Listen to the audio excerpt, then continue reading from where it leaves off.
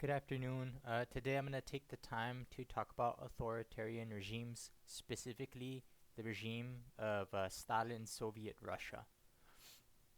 Joseph Stalin was a notorious authoritarian dictator in the United Socialist Soviet Republic of Russia. He ruled over the country for 24 years, from 1929 to his death in 1953. Stalin used a variety of tactics to maintain power, from fear, intimidation, coercion, all the way to manipulation. Anyone in Stalin's social circle who he considered disloyal was punished or even murdered.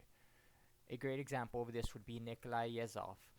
Yezhov was the head of the NKVD, the Soviet Union's secret police, and when he fell out of favor, he was executed in 1940 on allegedly forced confessions, and he was subsequently edited out of all photos with Stalin. Information in Soviet Russia was also severely restricted. Anything that could be considered counter-revolutionary or anti-communist was usually censored, and anyone who Stalin considered a serious opponent would be smeared or fear-mongered in the press through various means of propaganda.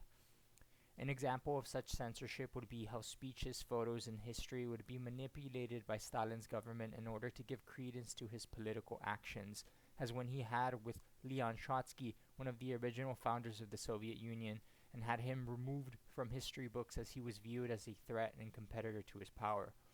Citizens had avenues, very few, for access to information, and those few that did exist were usually heavily edited and misleading. Citizens' choices for expression of their freedom and speech was also severely curtailed. Media was state-funded, meaning the government could control where the paper was distributed, what was printed, and how. Citizens, for example, only had access to media from the Russian government and nowhere else.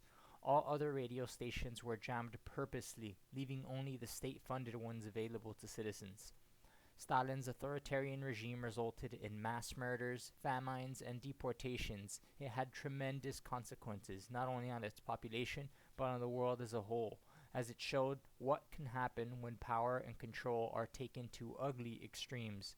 It is why not only in Russia, but in other countries since, measures have been taken to prevent such an imbalance of power from accumulating again.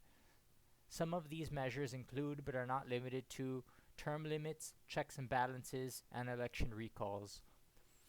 Thank you very much for your time in my presentation on the Stalin Soviet Union, Soviet Russia, and his authoritarian regime. You have a good afternoon.